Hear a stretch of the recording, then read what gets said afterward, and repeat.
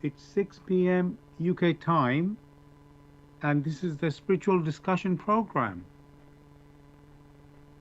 I'm Saad in Southeast London, and with me, as usual, is Gregory. Gregory, how are you doing, and how is the weather where you are? One is fine and it is hot. Okay, same here in London. It's also a bit breezy, so which makes it nice feeling. So, welcome, listeners, to the spiritual discussion program. The aim of this show is to introduce you to the spiritual knowledge in the light of truth, the Grail message by Abrushin. And every week we have a topic for discussion. The topic tonight is we are continuing from last week. It's called ambition. In fact, I'm calling it ambition in brackets part two. So just to distinguish from last week.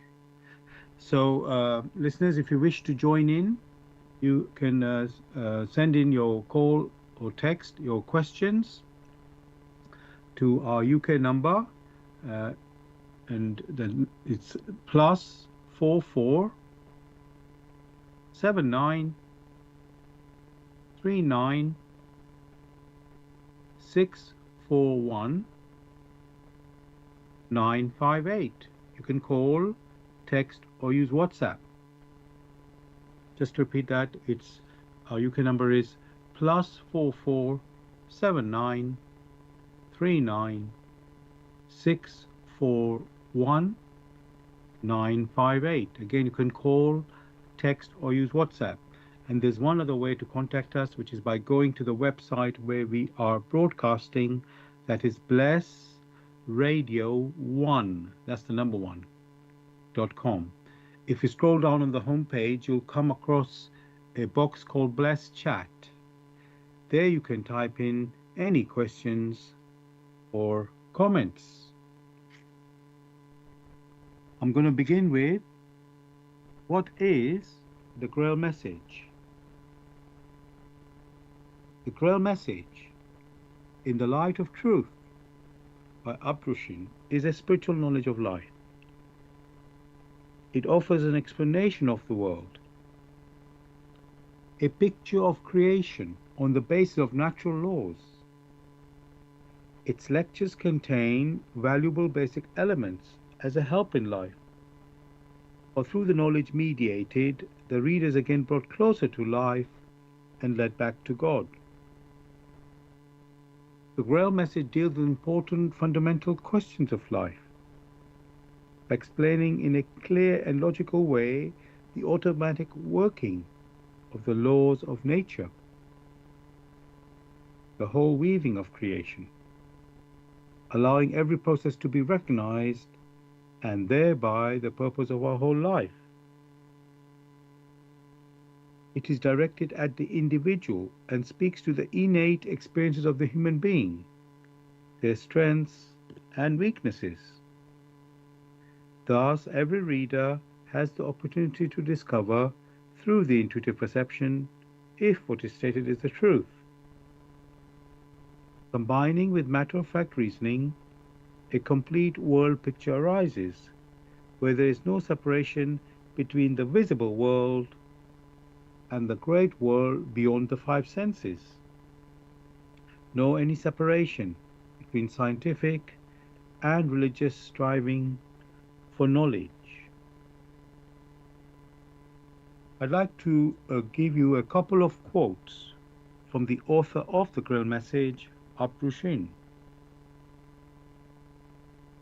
The hearer and reader of my lectures should always work within himself, keenly probing and building bridges from one lecture to the other, as well as out into the great and small world happenings.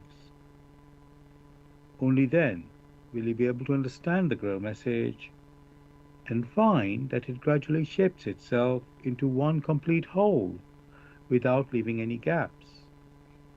Again and again, in all the happenings, the reader will come back to the basic features.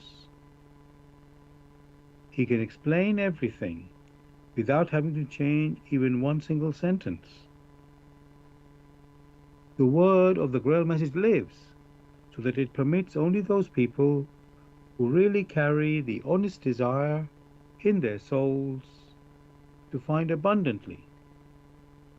All else is automatically rejected by it.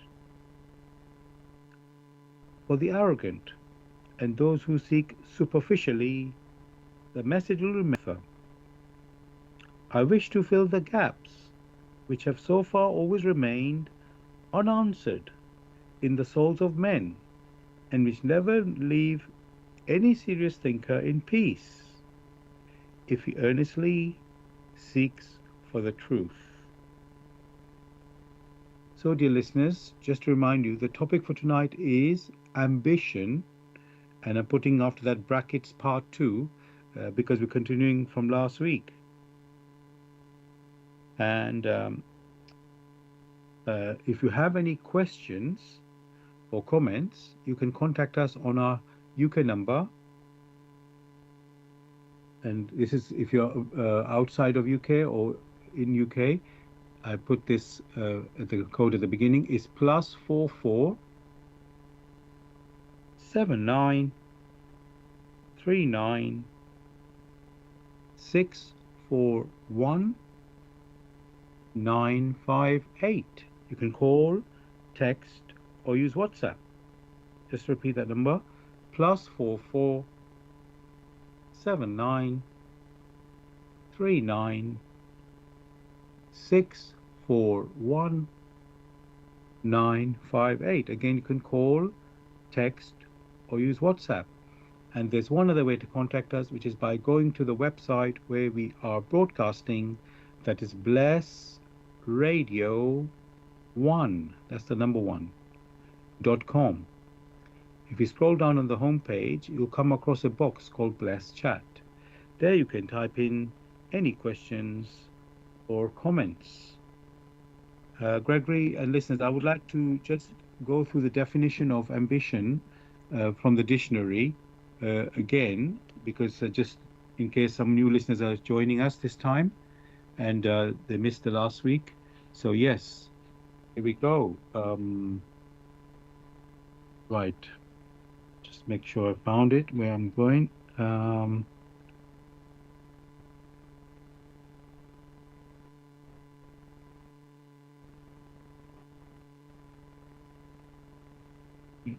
Okay, here we go. Yes, here we go.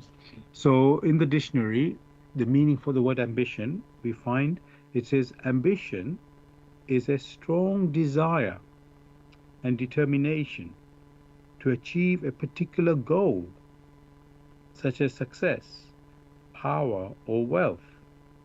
It is the driving force that inspires hard work, perseverance, and can also refer to the specific objective which you are striving to reach. So let me just repeat that. Ambition is a strong desire and determination to achieve a particular goal. Okay, let's look at that. So yeah, how's that definition there? Well, thanks for these questions. Last week it was discussed, and we found that the description or the definition in which desire is the main focus, or desire is the driving force. In that particular scenario, you will find that, yes, the definition is appropriate. Oh, that's good. That's good. Thank you for that. Okay, and I can sense there's something more you want to say.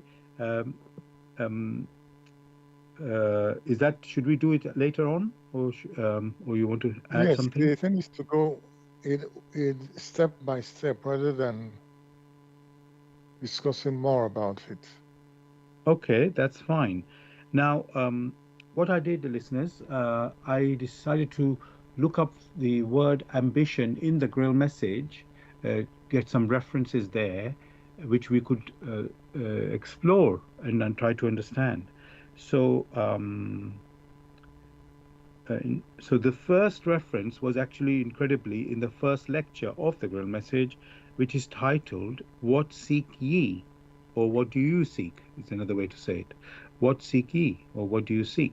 And the quote I found there, it says, They speak of God, but is it necessary to set up a university in order first to acquire the abilities to recognize the conception of the Godhead?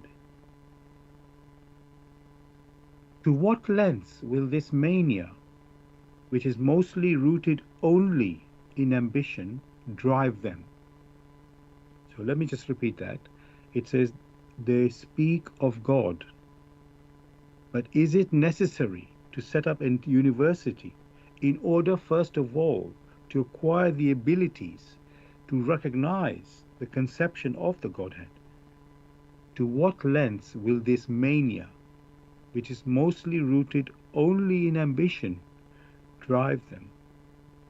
So the question I want to ask on that, Gregory, I know it's a specific quote there. Um,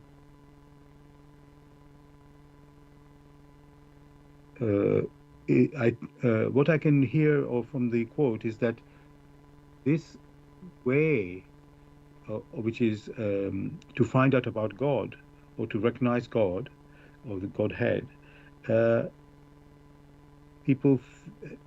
some people, you could say, are driven to find, they think that you have to go to university or somehow that is the way to know about God.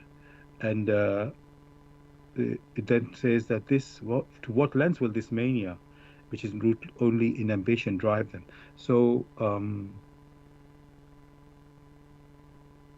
Gregory, there, the lecture title is called "What Do You Seek?"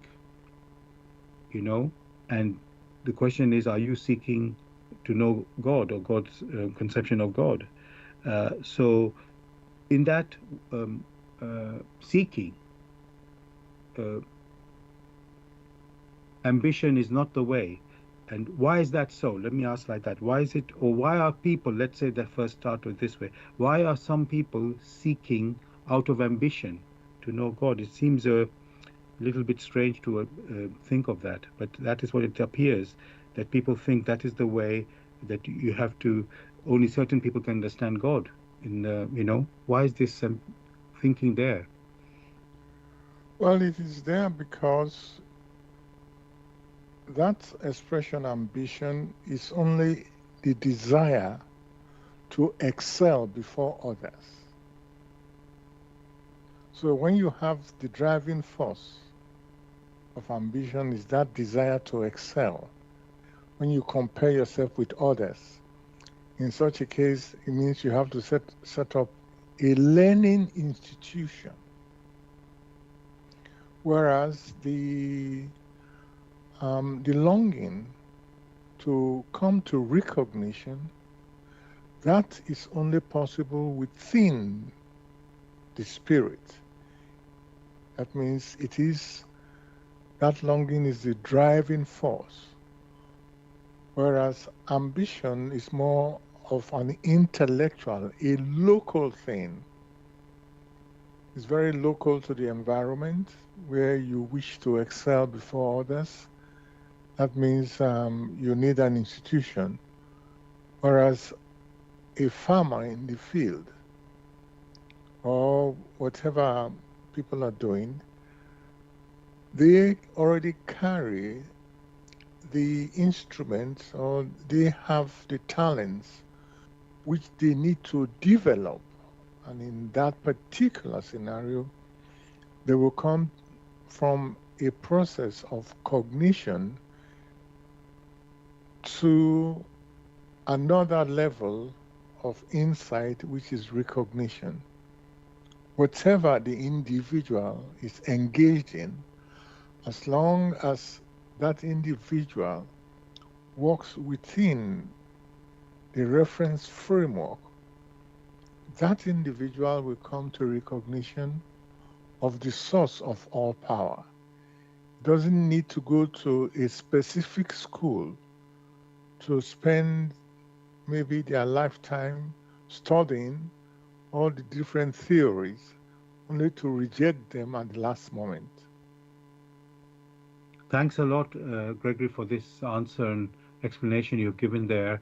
What I'm seeing in it is that uh, some people think, oh, you have to develop or have some do this studying or way to know God or to find God, and uh, and actually the reality is that all of us human beings have this ability, which is required to discover God. It's not uh, it's naturally part of us, rather than something that you have to build and develop, something uh, you could say extra, and which you know, as you said, some people want to excel over others to try and achieve that, and there's no need for that because everybody has this ability. So thank you for that. Um, okay, now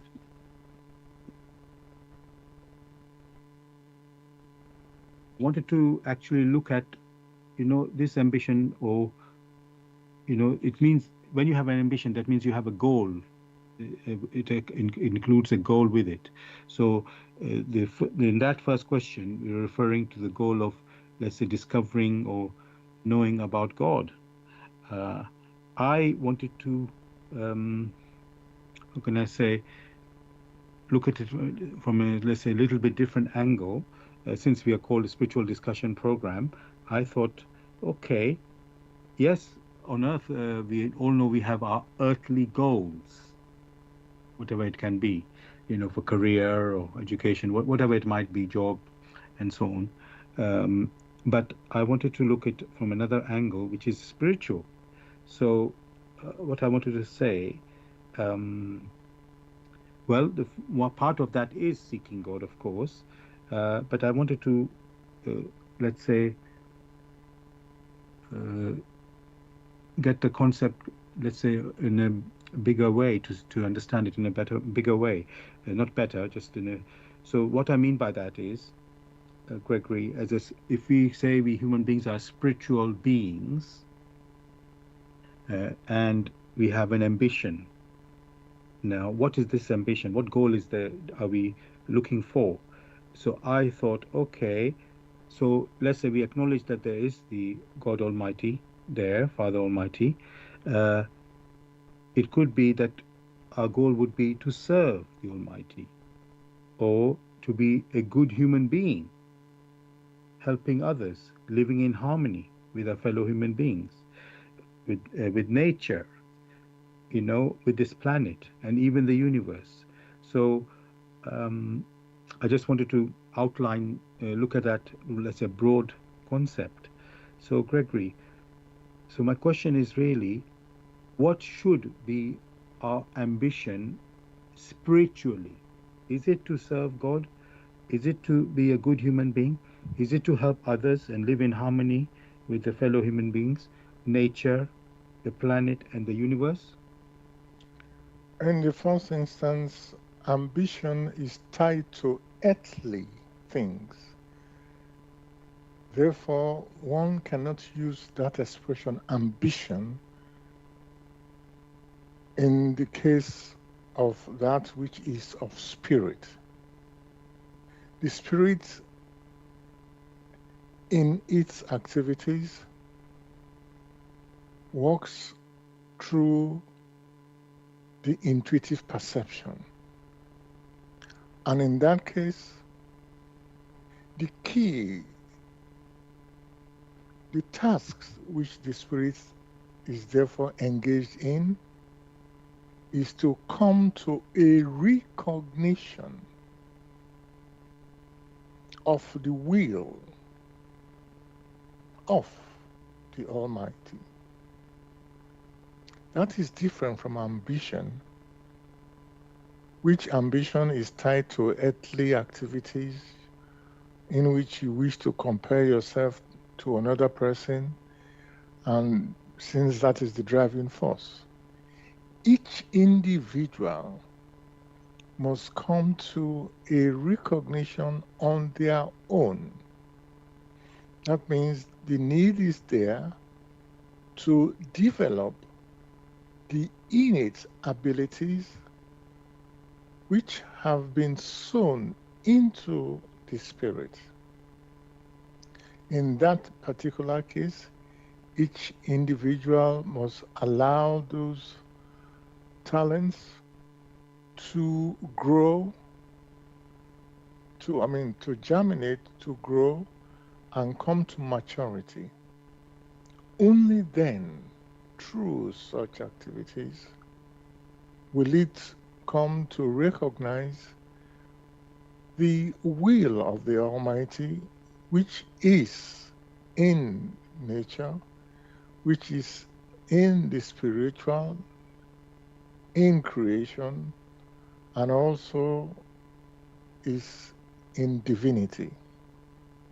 However, the limits for the human personality is in creation, and the basic striving should bring it up to its spiritual realm, from which it's set off as an unconscious spirit seed grain in order to develop and mature into a self-conscious human spirit. This is different from ambition, right? It's a longing, for there are forces, there are structures in creation which permit of this. That is why one cannot use that word ambition when it relates to that which is spiritual. Ambition may only be considered when you have things of the earth which are temporal. Thanks a lot for this answer and clarification, Gregory, about the how can I say, the goals, or the where ambition can, which realm you could say the ambition works, which is, you said, the earthly world, realm, or material, whilst when we talk about spiritual, which is non-material, that is a different realm. Let's call it a higher realm. So so when you have goals, you can have spiritual goals and you can have earthly goals.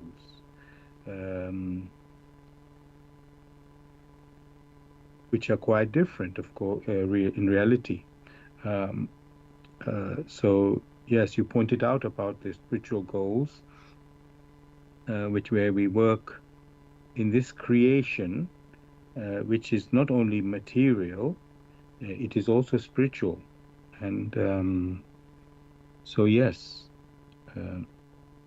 in one sense, ambition, as you say, it's only for the earthly there, but of course there's the spiritual also active, and you can just think somehow they should work together, even if they're working in different realms. So that's I guess we are seeing, well, we'll find out more on that. Let me not say too much right now. Okay. Now, there's another quote from the Grail message, which I'd like to read next, for the word ambition that I was searching for. So this one, it comes in volume 2. So in the Grail message, it is 3 volumes. And this lecture, where I'm getting the quote from, is lecture volume 2, lecture number 66, and it is titled, "Father, forgive them, for they know not what they do." So of course, anybody, most of us would know that that is when Jesus was on the cross, and that's what he said there. Father, forgive them, for they know not what they do. But it's a lecture in the Grail message as well. So let me read out the quote now. It is in the middle of the lecture, so it might not land straight away, but here we go. They have so limited themselves as to preclude the possibility of recognizing the radiant sublimity which lies in the simplicity of the divine laws. They are literally incapable of doing so, or, to put it more bluntly, too stupid, owing to their one-sidedly stunted brain, which from the hour of their birth right up till now they carry around with them like a trophy of the highest achievement. It is indeed an act of mercy if the Creator will leave them to perish in the structure they have erected. For wherever one looks, all is hostile towards God, distorted by the morbid ambition of every man of intellect, whose incapacity is evident everywhere. And this has been going on with increasing intensity for thousands of years.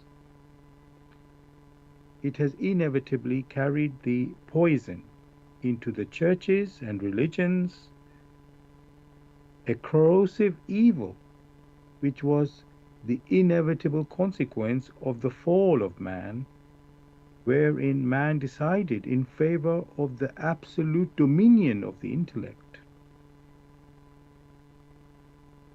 This wrongfully usurped authority has at all times deceived those it has enslaved in everything that concerns the divine, even in all that is spiritual. I'm going to read that again because it's quite a lot there. So this is again a quote from the lecture, Father, in the Grail message, that is, Father, forgive them, for they know not what they do. And the reference of they is applying to human beings in case somebody doesn't get it.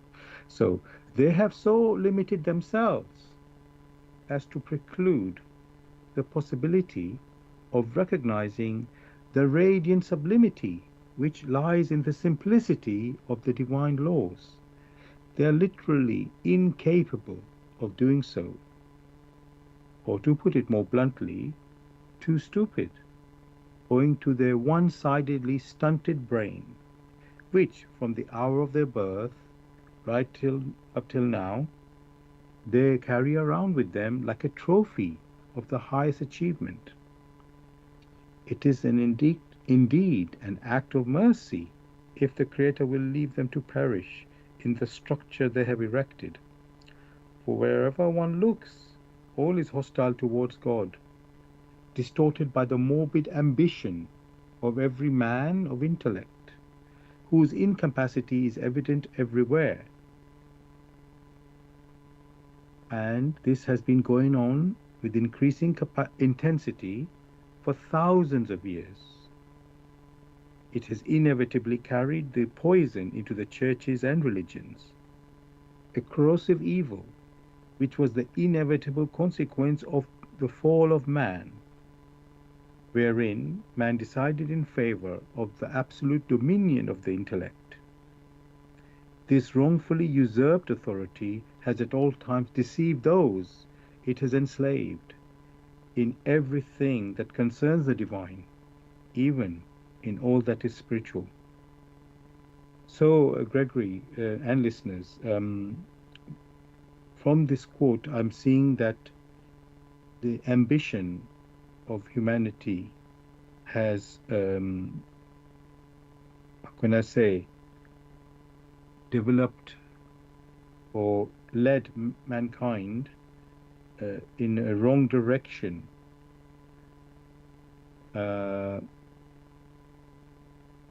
which is hostile to God. And that actually has led to an incapacity which has which is a poison basically that has been carried over thousands of years in churches and religions, and has resulted in the fall of man, where there is an absolute dominion of the intellect. So, in such a way that we cannot even, we are enslaved in that which regards the divine and even the spiritual. So, I know I put my interpretation on it there a little bit. I just wanted to a little bit summarize this quote. So, Gregory, what I want to say is, what what is the wrong direction that human beings have followed, whether knowingly or unknowingly, that has, what is it, basically the meaning behind these words, what Abhushan has said here? What is the direction that mankind have followed, which is leading to us to be away from God or against God, and not to be able to recognize the divine and the spiritual? For the human spirit, or for the individual, the inner core is of spirit, and therefore its recognition must be that of the spiritual. If, however, it doesn't proceed in its attitude towards that which is spiritual, because only from the spiritual can the individual come to an understanding of the will which created this creation. Only from a spiritual standpoint can it grasp this will, and its main task is to understand what this will demands of it. When it is said it has matured spiritually, means it understands deep within it how to adjust itself to the activities in creation, not basically that which is tied to the earthly activities. One simple example one can give is that go to the universities. There are institutions where you have professors of divinity, yet that which they themselves study has nothing at all in common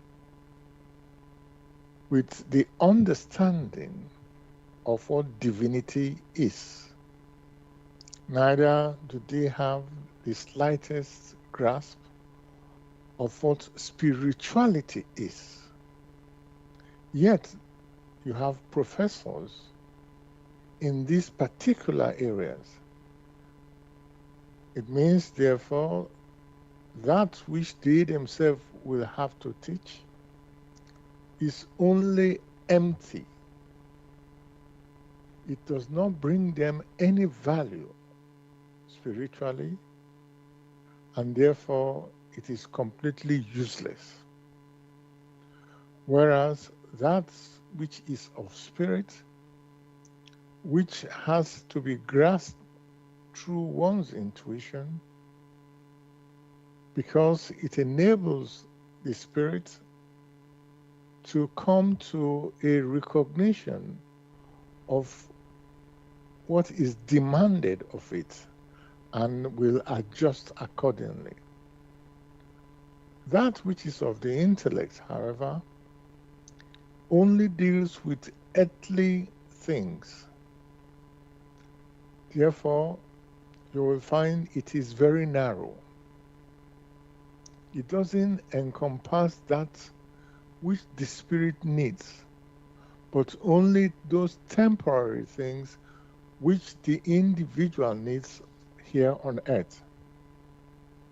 But the individual is on earth basically to experience spiritually, not only on the earthly aspect. Therefore, you will find that the individual falls short of that which could help it to mature spiritually. And therein lies the problem. Because whilst on earth, it uses the physical body. And from the physical body, you have the brain.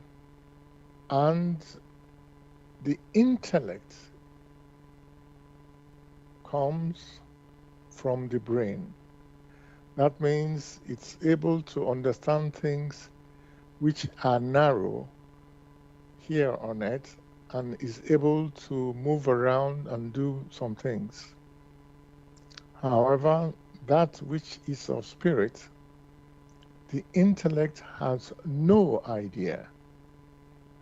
The only time it's able to function properly in accordance with the will of the Almighty, that only time is when its intuition,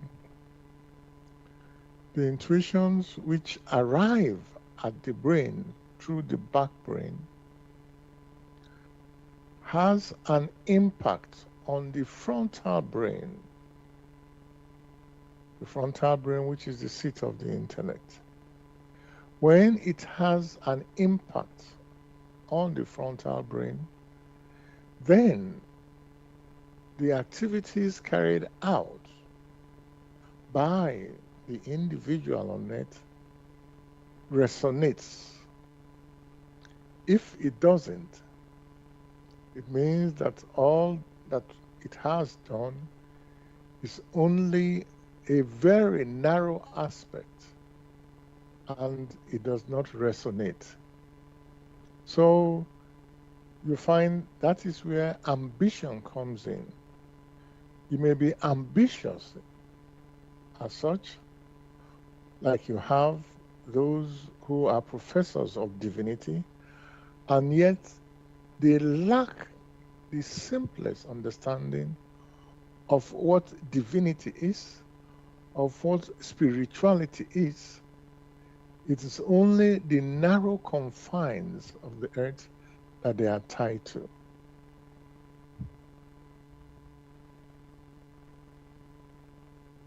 Thanks again, Gregory, very much for this answer, and again the picture you have painted for us to get a right understanding about what it is, let's say, the spirit, the human being, the spiritual, core of the human being, its task or its ability and how it works, and the earthly work or task of the human being, which is where the intellect comes in. And they are, let's say, different. And there seems, unfortunately, that human beings have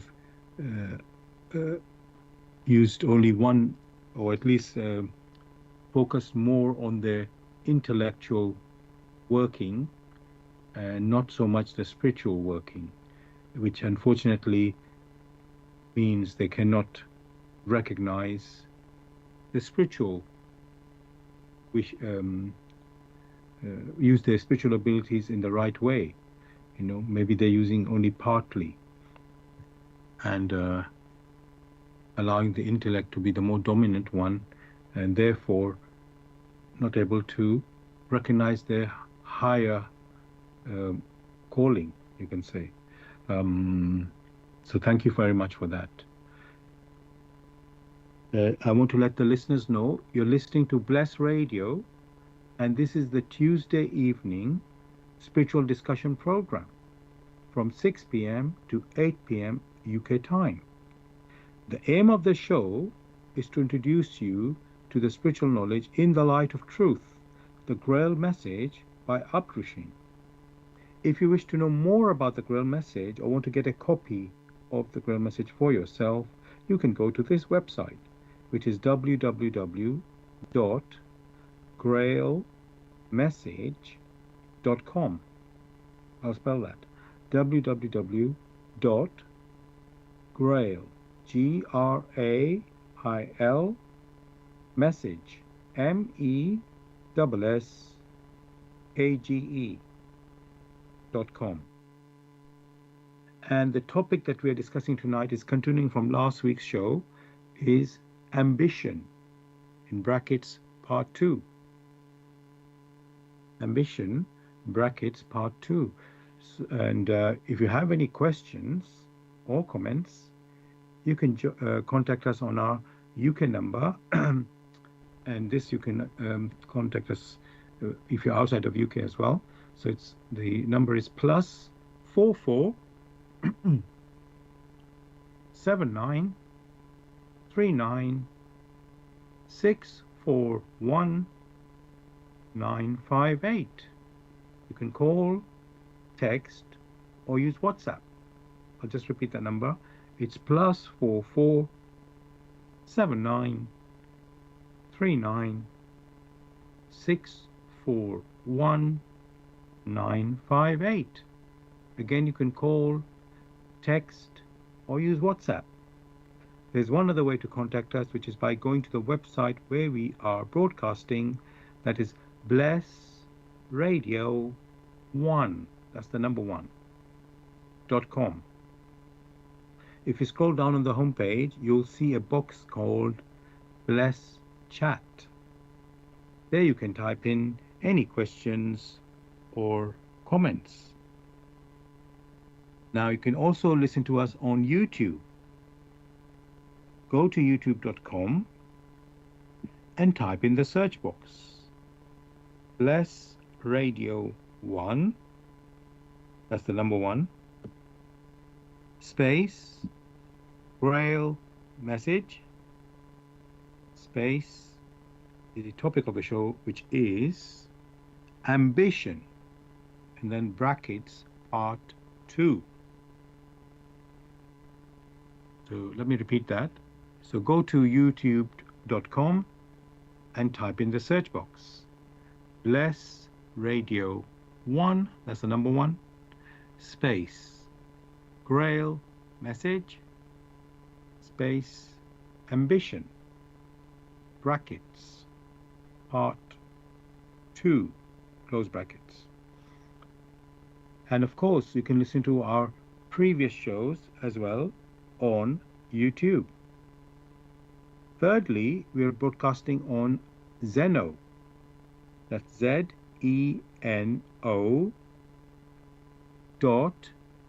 .fm/radio/bless radio 1. That's the number 1. Now,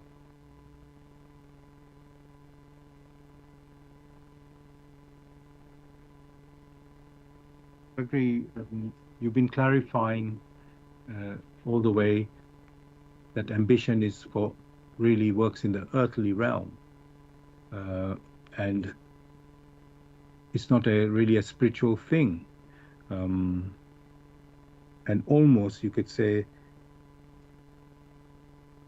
they're antagonistic to each other. So it appears from what we've been reading or what we've been discovering. But then one always thinks, well, I'm here on this earth. There must be a purpose why I'm here on this earth.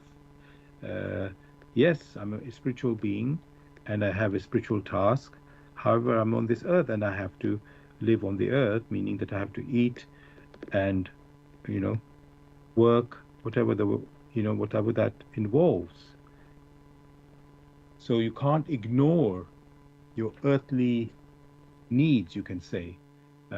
And at the moment, Gregory, what I'm finding, it seems ambition is a bad thing, or let's say a hindering thing. Um, at least if you look at it from the spiritual standpoint. So please, can you help us to understand, tell us, is ambition like negative or harmful in our human activity? You have a scenario, or one must consider a scenario, in which the spirit that needs to mature sends or communicates through its intuition, and this wave of power has an impact on the back brain, and the back brain then communicates with the frontal brain. Now it is left for the individual, once this picture has been shown to the frontal brain, what it needs to do in accordance with the laws of nature through which it itself came into existence. That is from the spirit to the individual or to the frontal brain, and then it goes outwards, that is outbound.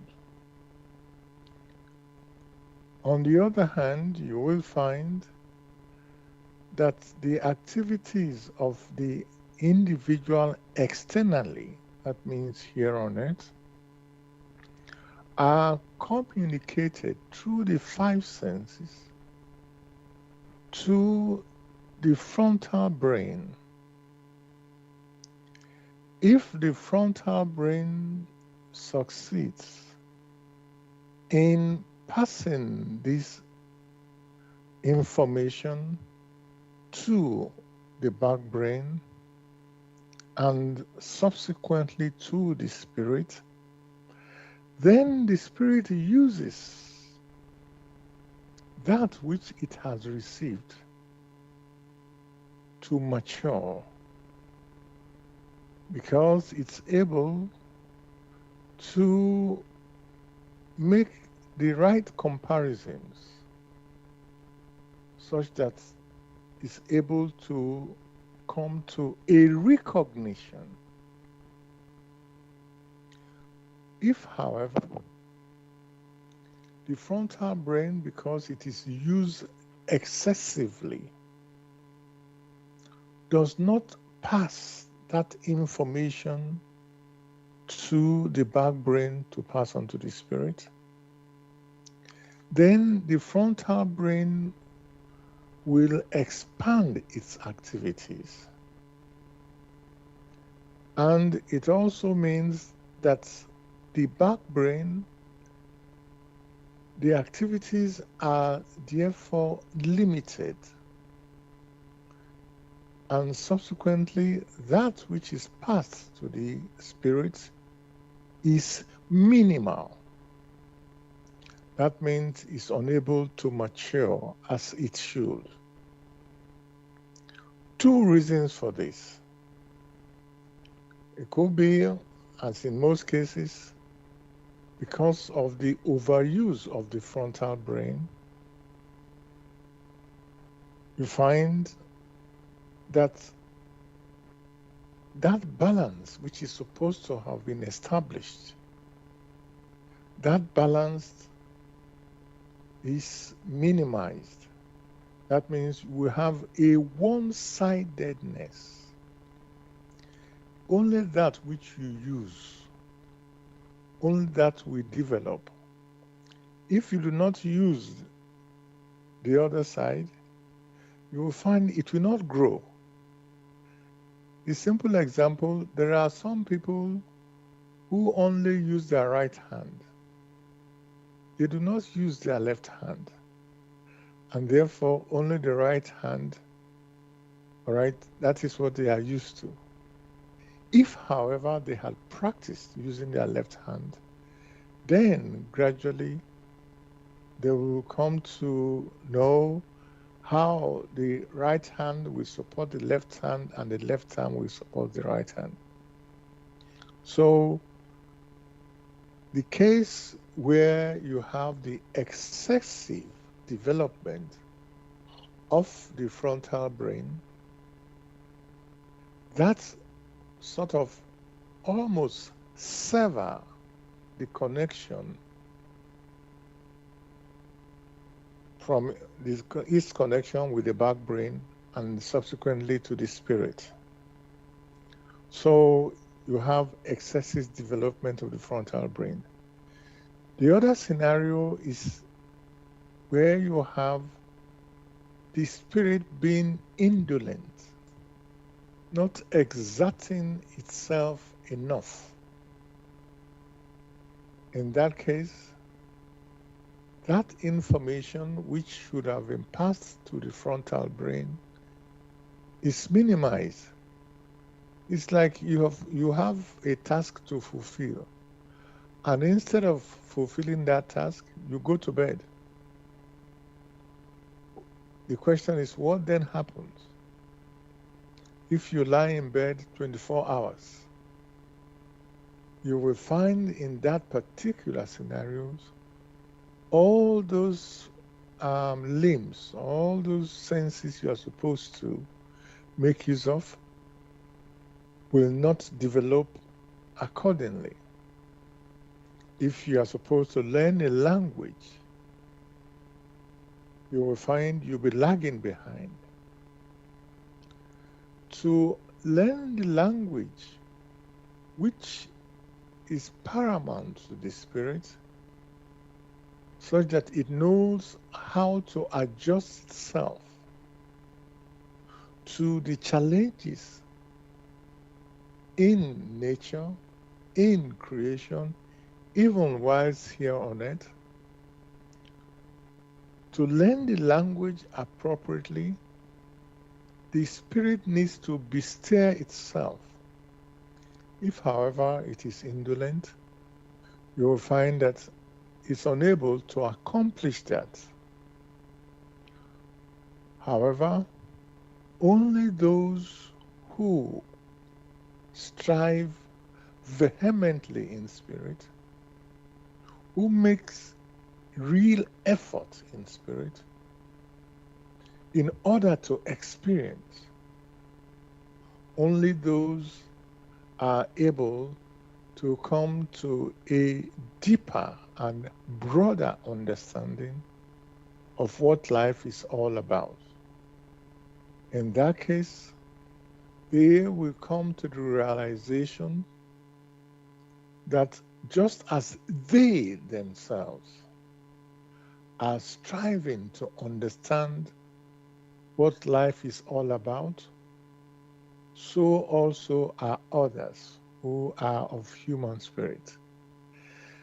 Subsequently, they will come to understand that it is one for all and all for one.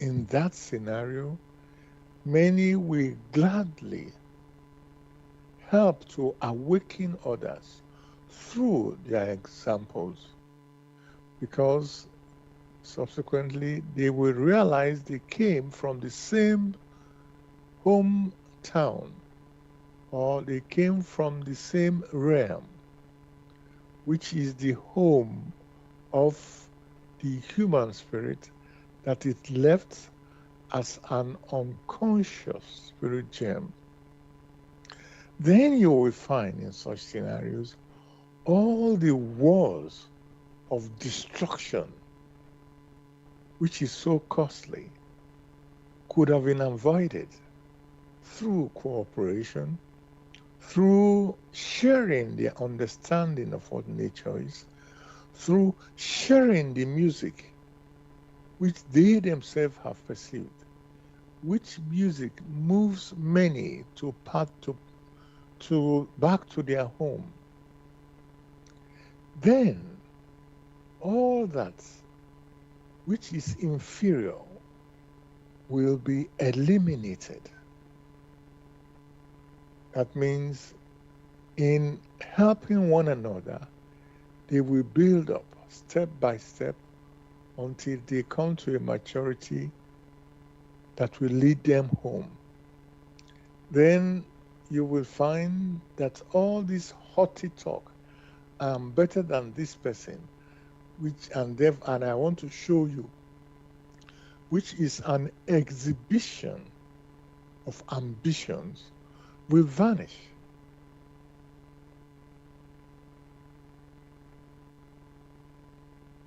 Thanks again, Gregory, for this picture you're painting for us in showing us that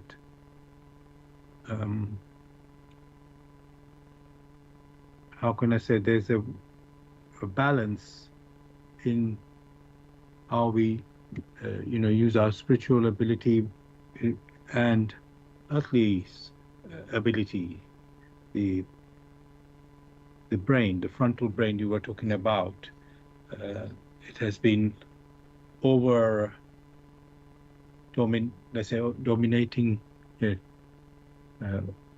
out of balance, you can say, at the expense of the spiritual, and there are certain consequences from that which are detrimental for us. Just like on earth, if you overeat, it affects your health in the end, or undereat. So if you don't exercise in the way, let's say, nature designed, or the abilities that we have been given, in the correct balance, then of course you shouldn't be surprised when things don't work out the right way. One thing I can notice, I don't know if people are really aware of the spiritual damage or hindrance, the results of that, when they are dominant in the intellectual, which is our frontal brain, when we are referring to activity, So, let's say from the health point of view, people see it clearly. If you overwork excessively, as you said, Gregory, then you can see the health is affected. But there's a spiritual health as well, which we need to consider. And I don't know if people are aware of that side of the, our activities. So thank you for that. Now, let me see. I'm going to read, yes, there's a few quotes. There I actually took some quotes from the Grail message in reference to the word ambition. This is another one. This is now, and again from the Grail message, a lecture called, it's in volume 3 of the Grail message, lecture number 16, and it is called, the title, Behold Man, how should you wander through this creation so that the threads of fate will not hinder but further your ascent? So the lecture is titled, Behold Man, how should you wander through this creation so that the threads of fate will not hinder but further your ascent? Man needs obstacles in order to attain to the goal. Only in this way does he still gather all his strength, which he is no longer able to do when he is confronted with it in a simple way. This at first sounds as if it was something great, yet it is only a sign of deepest weakness. Just as a weakened body needs stimulants to enable it to carry on its activity, so the human spirit, in order to attain any goal, first needs the incentive of knowing that it must overcome something and thereby exert its strength to do so. Out of this there once came into existence the so-called science, which disdains all that is simple, reaching out to the ridiculous for the sole purpose of excelling others and shining. But it is only science which has been acting in this manner over a long period, erecting with some trouble a false structure which is supposed to lend an air of greatness to something that in creation is actually inferior, artificial, cramped, and distorted, indeed, often hindering. Even from the very beginning, each individual has allowed his earth life to be built upon on a wrong basis. It is much too complicated to be healthy, and only incites the indolent spirit in its conceit to distinguish itself before others. For it is this aspiration alone which is the true reason for the mutilation and confusion of all naturalness and simplicity by these human spirits. The ambition to excel, the conceit to investigate and lay down laws from a knowledge that can never really become knowledge, as long as man struggles against receiving humbly and simply in devotion to God's magnitude. All this holds him down. There is not a single thing that man could really create without taking it from that which has already come into existence through the will of God. He would be unable to create anew a single grain of sand without finding all the material for it already to hand in creation. As yet, he cannot recognize how ridiculous he appears. But the day will come when he will be unspeakably ashamed of himself and only too glad to efface the time when he imagined himself as being so great and knowing.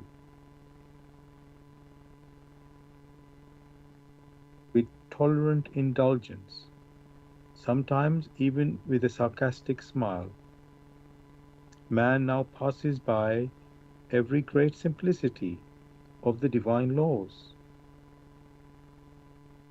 He does not realize that in so doing, he exposes the greatest weakness of which a human being is capable, and puts himself in the lowest place among all creatures, because he alone forgot how to receive and use the gifts from creation rightly.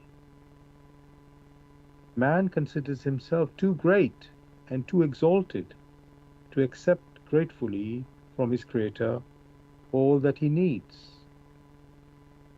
and therefore he is no longer worthy to enjoy such mercies further.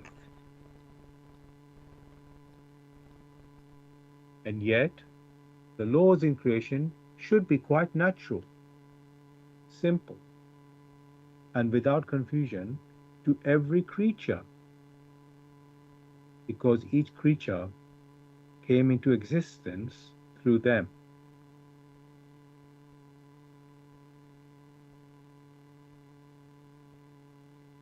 So, I think that that text was quite easy to follow in the sense of I don't need to repeat it. So, what I want to ask there, Gregory, it looks like we human beings have set up, how can I say, our own difficulties. We've lost our naturalness um, as to how we are supposed to live and work in this creation, in this world. Um, and the simplicity of nature, of the divine laws, which brought us into existence and what bring it, give everything to us that we need. We seem to overlook them or not recognize them. Um, Now, in fact, what I read was, I'll read this part again. With tolerant indulgence, sometimes even with a sarcastic smile, man now passes by every great simplicity of the divine laws. He does not realize that in so doing he exposes the greatest weakness of which a human being is capable, and puts himself in the lowest place among all creatures, because he alone forgot how to receive and use the gifts from creation rightly. Man considers himself too great and too exalted to accept gratefully from his Creator all that he needs, and therefore he is no longer worthy to enjoy such mercies further. So, Gregory, that's quite, how can I say, um, I don't want to use the word harsh, but quite a difficult statement to uh, accept that the human being has failed, you can say, in applying himself or herself in the right way in this creation. So, and is no longer worthy to enjoy such mercies further. So, Gregory, that's, as I said, that looks quite perilous situation, a disastrous situation for us. So,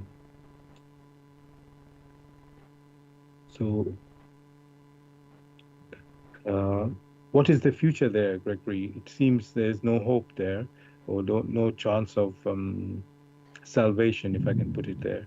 Um, yeah. Are we lost now? If you go back to the expressions, one of the key expressions there is that man does not know how to receive. Therein lies so much. The question is, why was that statement made, that man does not know how to receive?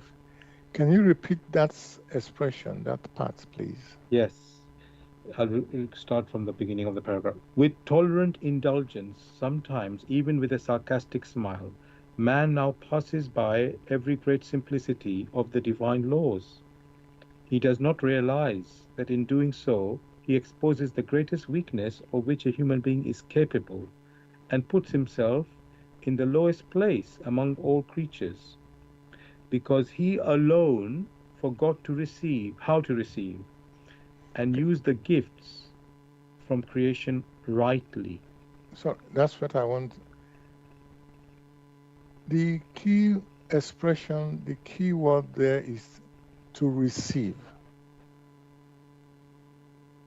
It means, therefore, there are, say, if one considers two scenarios, it means, or is most probably, that that which the human personality needs is already available. However, due to its indolence, it ignores it. So many things which has been granted to you so that you will receive it and make use of it. You ignore it until a time comes when you now encounter several obstacles. Then you start worrying yourself, you start running helter-skelter to find a solution.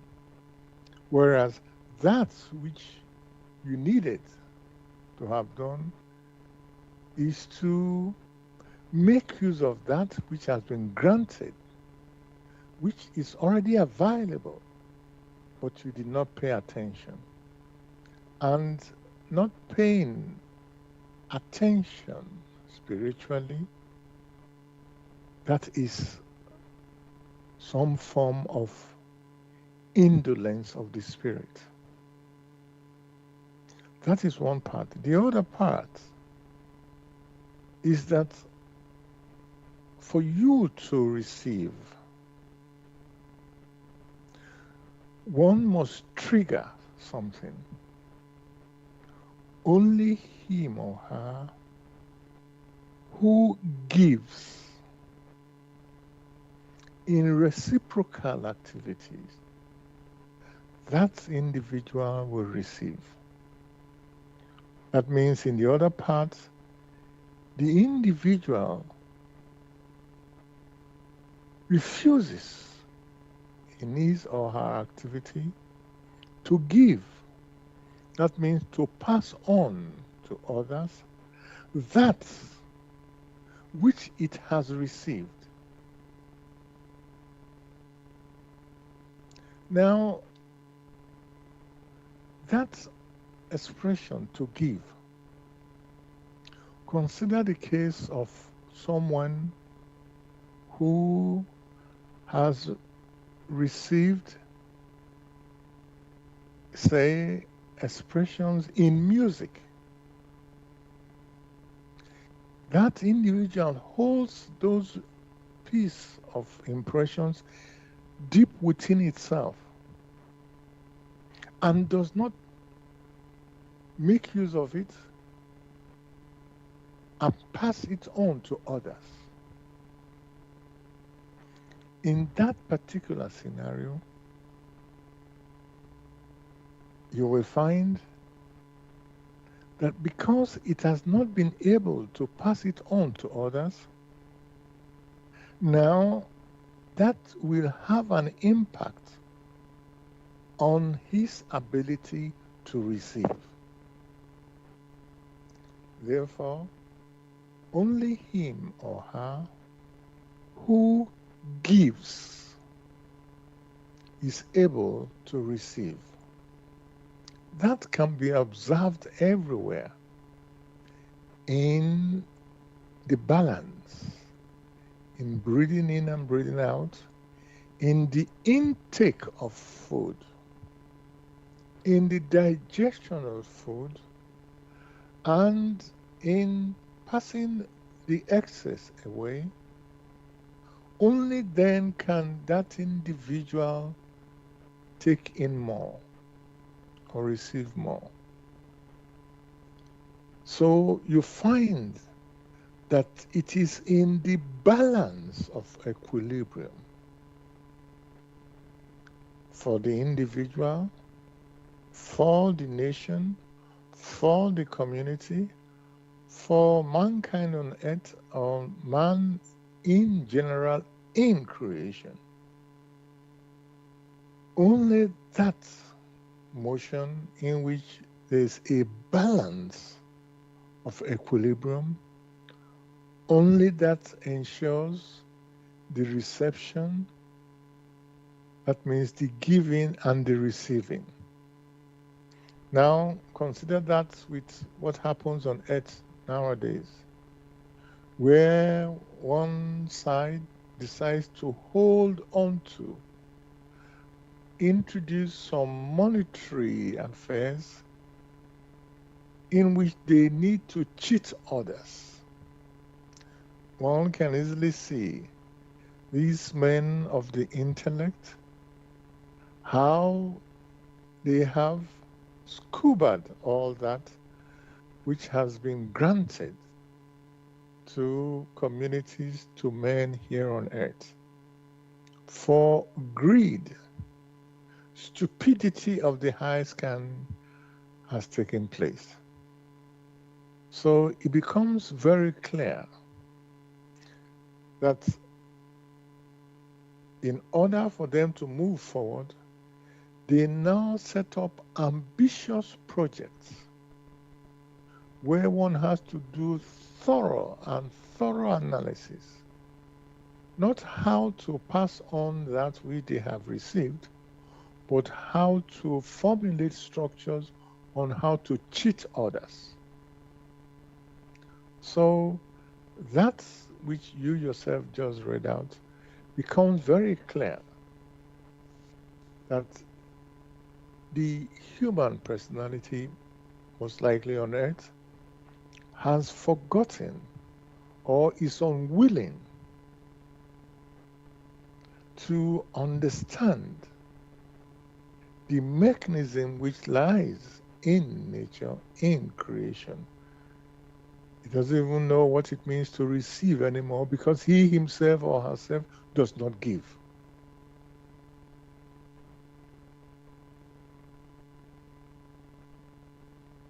Thanks again, Gregory, very much for this answer. Um, I just want to let the listeners know that you're listening to Bless Radio, and this is the Tuesday evening spiritual discussion program from 6 p.m. to 8 p.m. UK time. The aim of the show is to introduce you to the spiritual knowledge in the light of truth, the Grail message by Aprushin.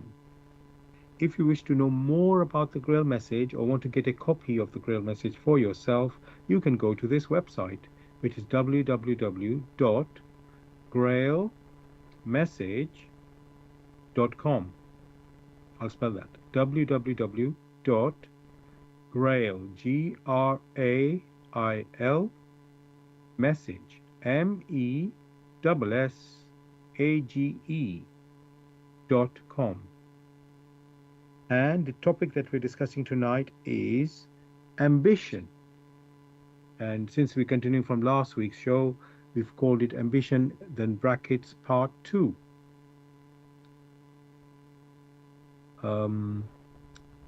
And you can also listen to us on YouTube. Go to youtube.com and type in the search box Bless Radio 1 space Grail message space ambition, and then in brackets part 2.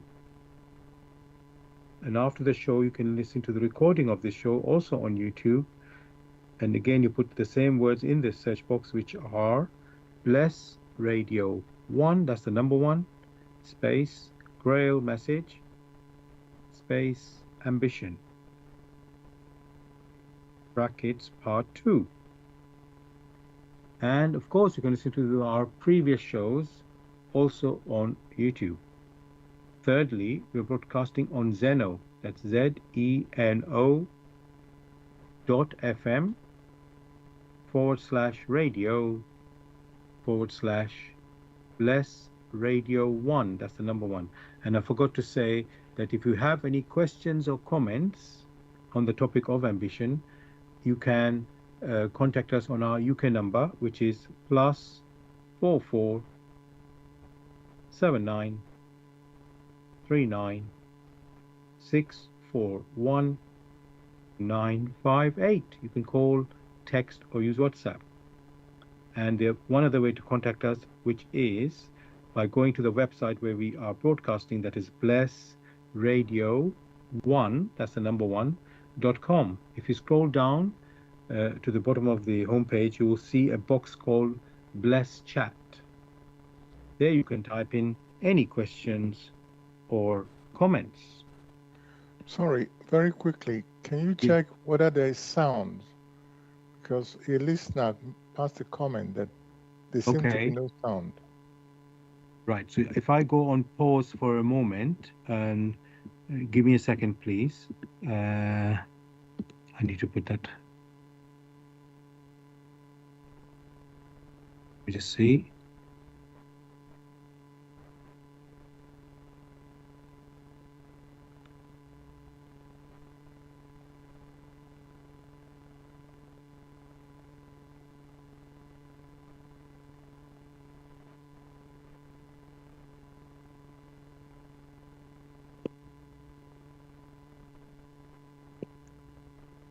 Okay, it's working. I've just been checked it myself, and somebody else has, another listener has let me know. So yes, we are back on again. Okay. Now, I want to, Gregory, look at. I know some might be considered earthly, but I just thought let us look at some, you could say, earthly scenarios. This is actually in the news some weeks ago, but when it's about the England cricket team. I know it sounds a bit earthly, but anyways, let's see. So now,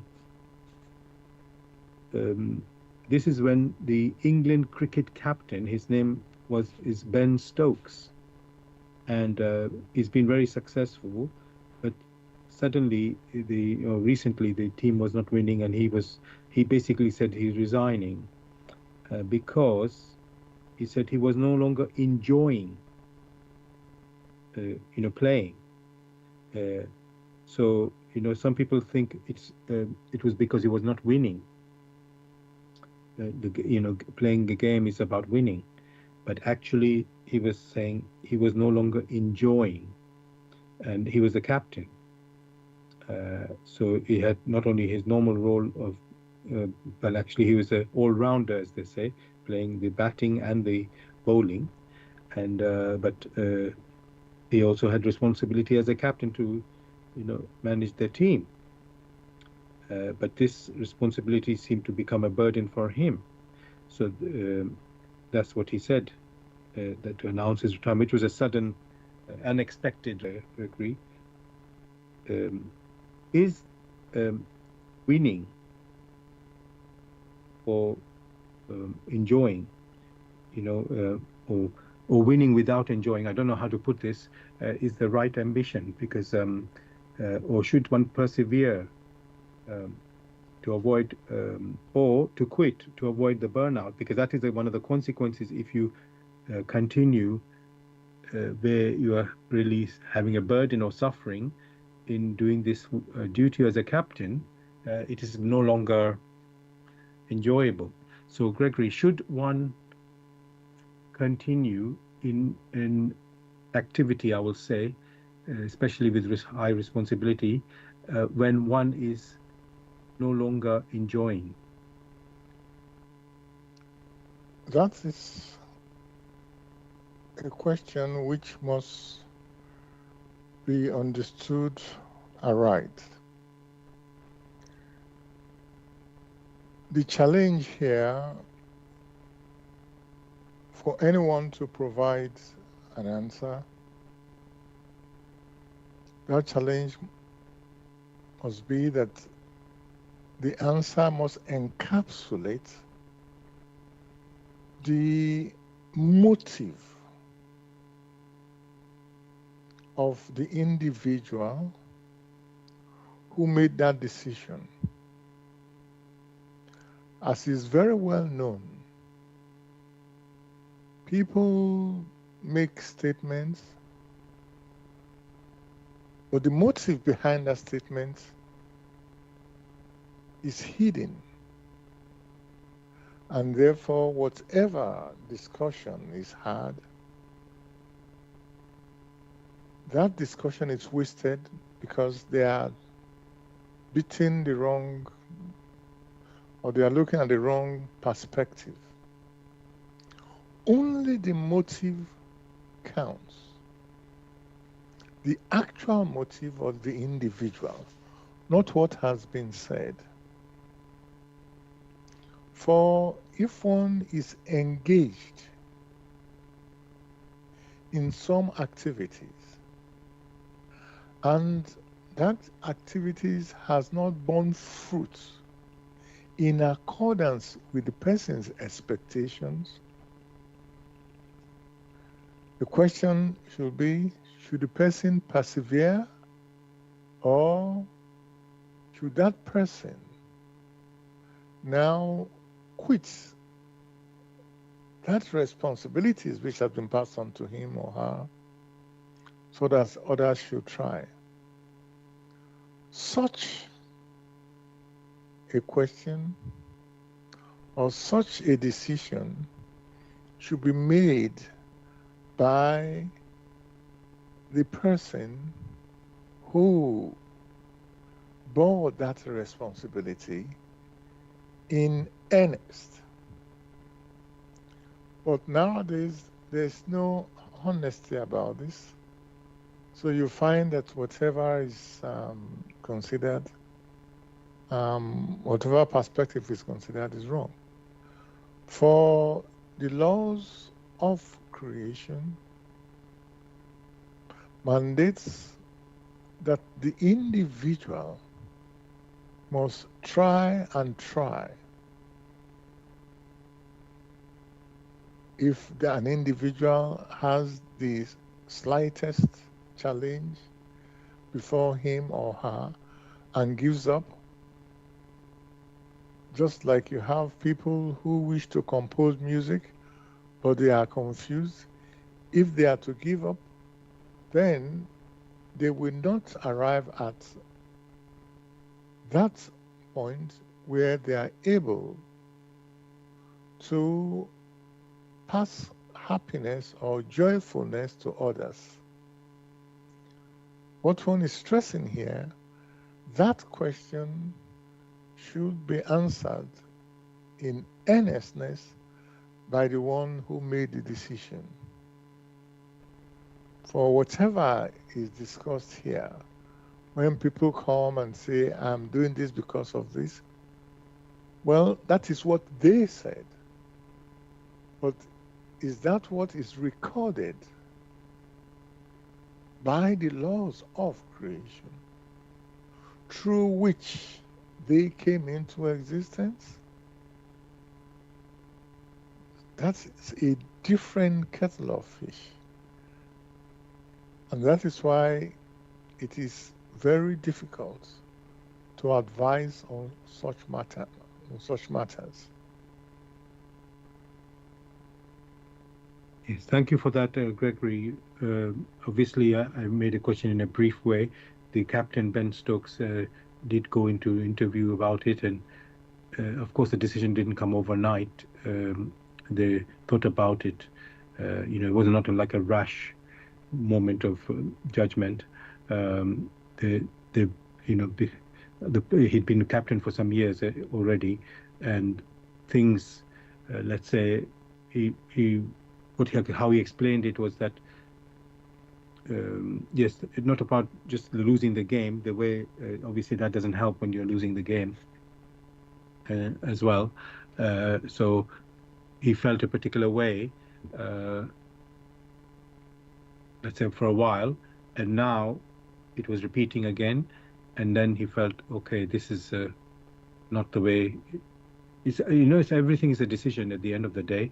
You can persevere, like we say, or you can quit.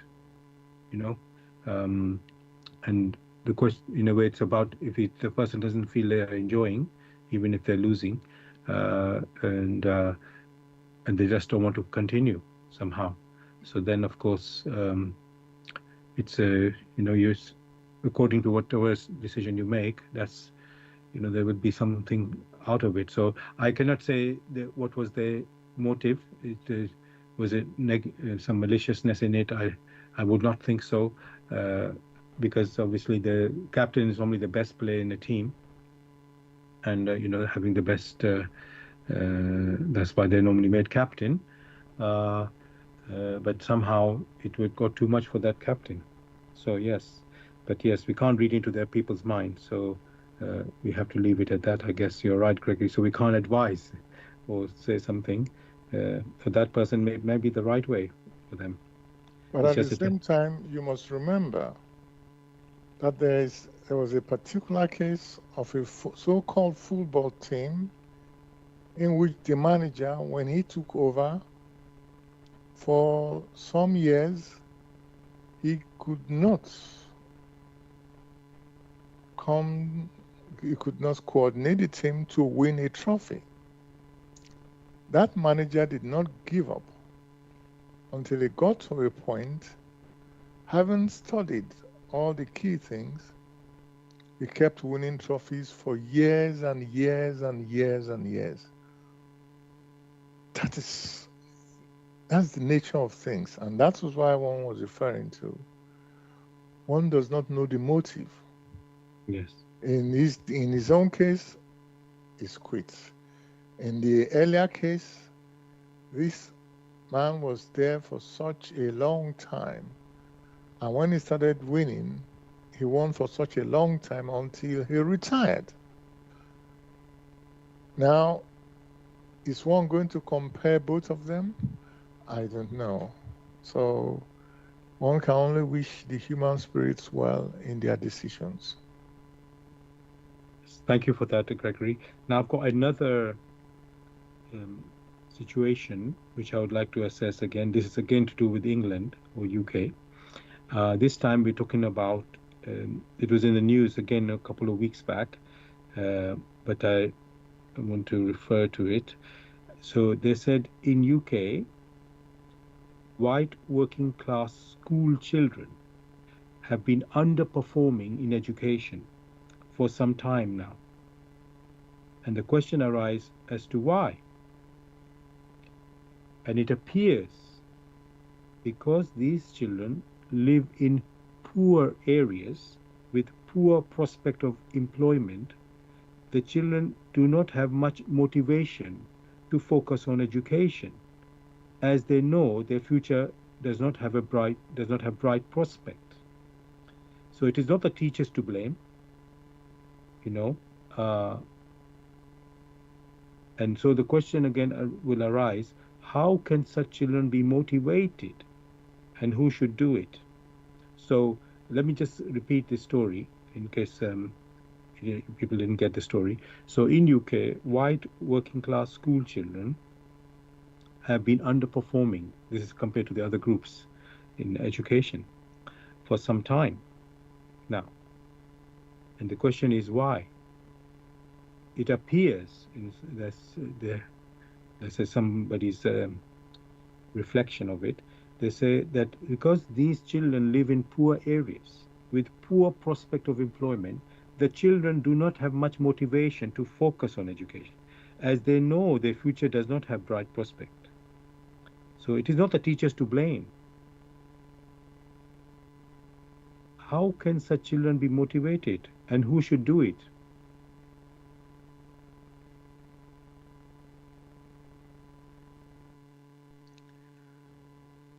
What you yourself read Yeah, out yeah, are only excuses which has been put forward. What one needs to put forward here was a very simple experiment which was done in India, in which you have children who knew very little about the internet, who knew very little how to operate the computer, but that computer was made available for them, and nobody needed to show them what they must do. Because they knew of the availability of that, they struggled to teach themselves how to get this thing started, how it operates, and to master the challenges. In that particular case, before too long, they have overcome the obstacles. That is number one. When you go to the field of sports, you will find that many a time you are on your own. You do not wait for people to come and motivate you to become the best footballer. You will find that if you do not move forward, you will be sidelined. And therefore, if you wish to get to the top, it must be a personal struggle. Else, you become a spectator. As with everything in life, the human personality must put in the efforts. So these are all excuses. Someone has to come and motivate you before you do anything. Do people require motivation in order to eat at all? Do people require motivation when they wish to engage in activities which will help them? People come out without understanding football and they kick the ball. Even children come out of the classroom, kick the ball, go back. It is, topics like this are not even worth discussing, for the English motto is very clear. Who dares wins. Which means if you're not daring, you won't get there.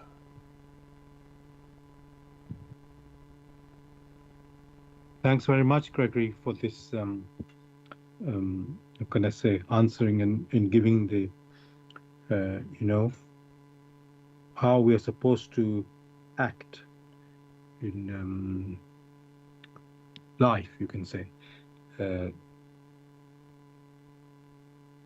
Yes, the people have certain ideas. Oh, yes, the people need to be motivated. How they should be motivated. But you're saying it's everybody's own responsibility to do that. So yes. And I know some people say, oh, like you gave the example of India, these children in India who are, let's say, quite deprived, and when they get an opportunity, they found a way. So sometimes people wonder, oh, in UK we have so many things here, and yet some people are not performing. So maybe if they were sent to the poor countries where they're deprived there, they will see what the life is there compared to what they have in where they live in UK, and then they will suddenly think, oh, look how they are working so hard, and with so little resources maybe, and how come we are complaining with the resources that we have? So thank you for bringing that out.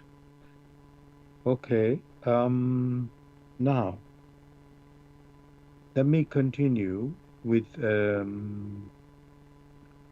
another quote from the Grail message about ambition. So this one is right. It's from. Okay, no, we've read that one already. Okay, so let me see.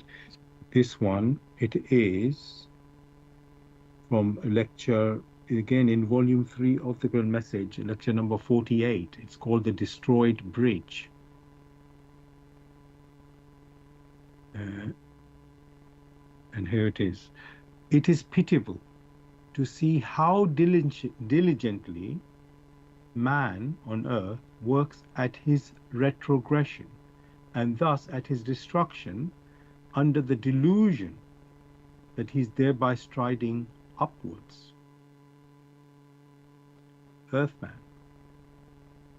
a bitter taste is attached to the name of this creature for everything in creation, weaving in the will of God. And it would seem better for man if this name were no longer uttered. because whenever it is mentioned, vexation and uneasiness penetrate the entire creation. At the same time, something that lays a burden upon mankind on earth. For this vexation, this uneasiness are a living accusation which forms itself automatically and must confront all mankind on earth adversely. Due to his wrong activity, which made itself conspicuous in this creation by hindering, disturbing, and continually doing harm, man on earth has at last become an outlaw through himself, through his ridiculous pretense of knowing everything better. He has stubbornly and forcibly brought on his expulsion, because he made himself incapable of simply receiving God's blessings in humility. He wanted to make himself the creator, the achiever. He wanted to force the activity of the Almighty into complete submission to his earthly will. There is no word which could properly describe such conceited arrogance in its boundless stupidity. Just delve into this hardly credible behavior yourselves. Imagine man on earth, and how, by assuming an air of importance, he wishes to place himself above the mechanism of this marvelous work of a divine creation, which has up till now remained unknown to him, in order to direct it, rather than willingly fitting himself into it as a small part thereof. You will not then know whether to laugh or to weep. A toad standing before a high rock and wanting to order it to move out of its way does not produce quite so ludicrous an effect as does present-day man in his mad ambition towards his Creator. To envisage this must also arouse disgust within every human spirit who now comes to awakening in the judgment. He will be seized with dismay, shuddering, and horror when, through recognizing the luminous truth, he suddenly sees everything before him just as it has really been for a long time, although he was unable in the past to notice it in this way. Filled with shame, he then wants to flee to the end of all the worlds. That is text I've read from a lecture in the Grail message, or a section of a lecture in the Grail message called "The Destroyed Bridge." Gregory, that's a very, I could say, damning verdict or judgment of mankind's, again, failure and how can I say, the way human beings stand on this, in this creation, in their attitude and behavior, with regards to, working in, how can I say, in cooperation with nature and creation.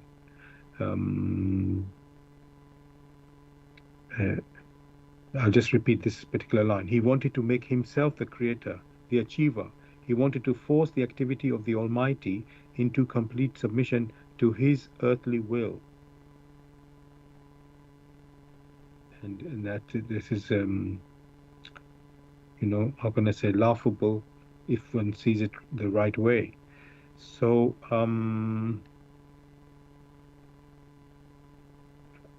Gregory, again, I will say most of humanity don't really see this situation like this. So, and as what I know very well is you only act according to how you see things. You know, if you are driving and there's somebody crossing the road and you don't see them, you will hit them, most likely, and obviously cause some damage and injury. You can call it not being alert or ignorant or whatever. Um, so in this case, we are saying the human being, a way of living or acting in this creation is, how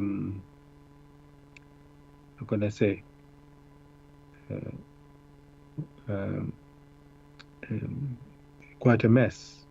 I don't know how to describe that. So,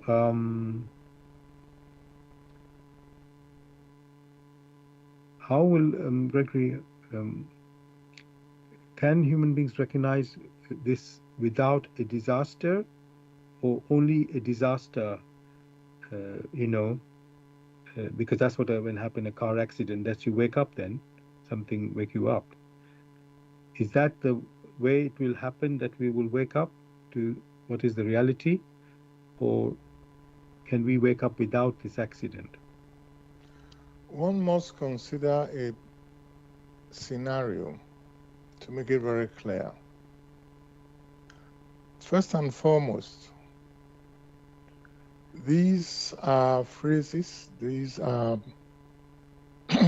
sentences which have been written by the author. The author demands that these expressions must be weighed, must be examined thoroughly, not only in deeds,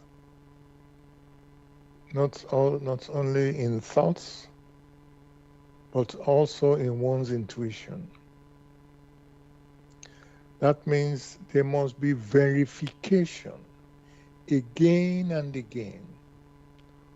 Only when the individual has done this verification by weighing and by examining in deeds, in thoughts, and in one's intuition, only then will the individual accept them, regard them as facts, as factual.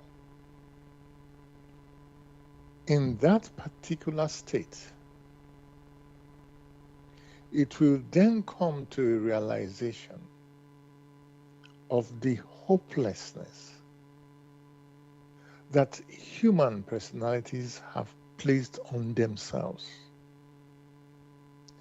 In that, what one may refer to as, in that dismal atmosphere,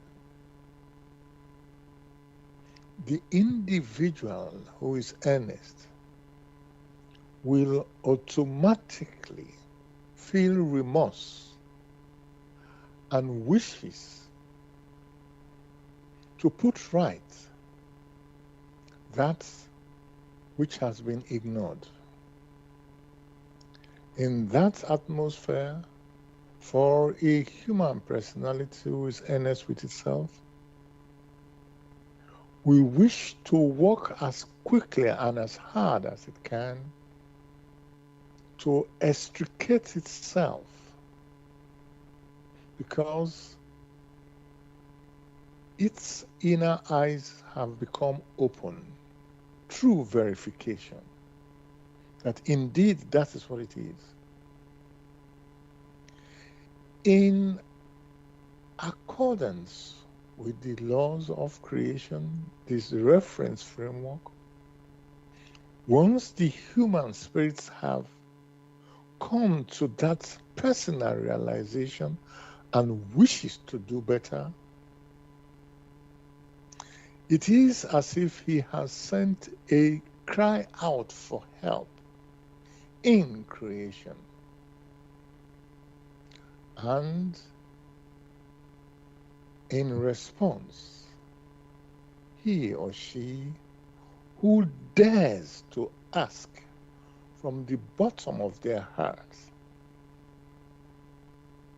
he or she who dares to seek from the bottom of their hearts, from deep within their intuition, now realizing the state in which they are, the dismal state of the human personality,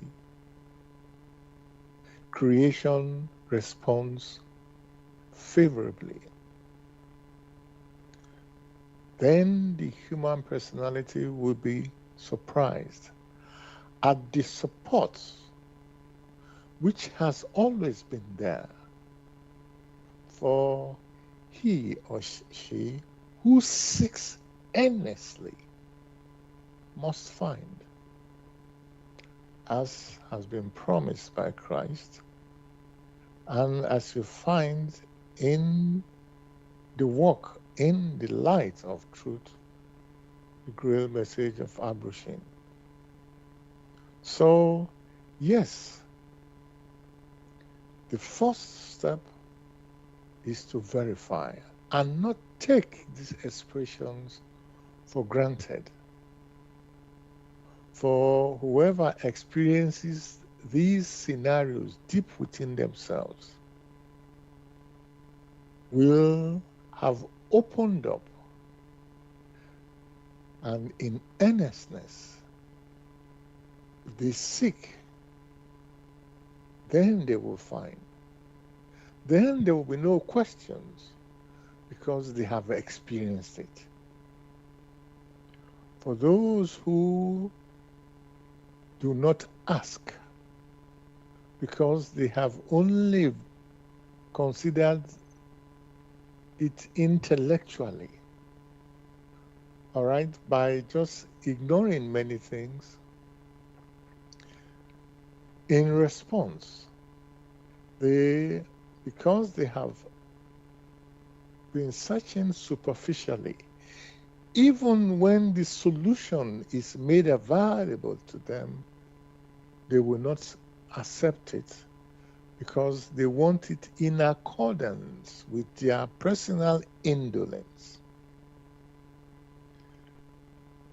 The question you asked, is there any hope? Yes, there is hope for only those who have verified and for those who seek earnestly. To seek earnestly does not mean just to read and to clasp your hand and to ask the Lord to come and, do everything for you. To seek earnestly means to realize one's smallness within the vast creation. And in that case, to open up in the realizations of one's smallness, to ask for help, spiritual help, and not to go about pretending to know what in reality you yourself do not know. Therefore, many will find that in this walk, which is now referred to as in the light of truth, the Grail message, much, much more is demanded of the individual.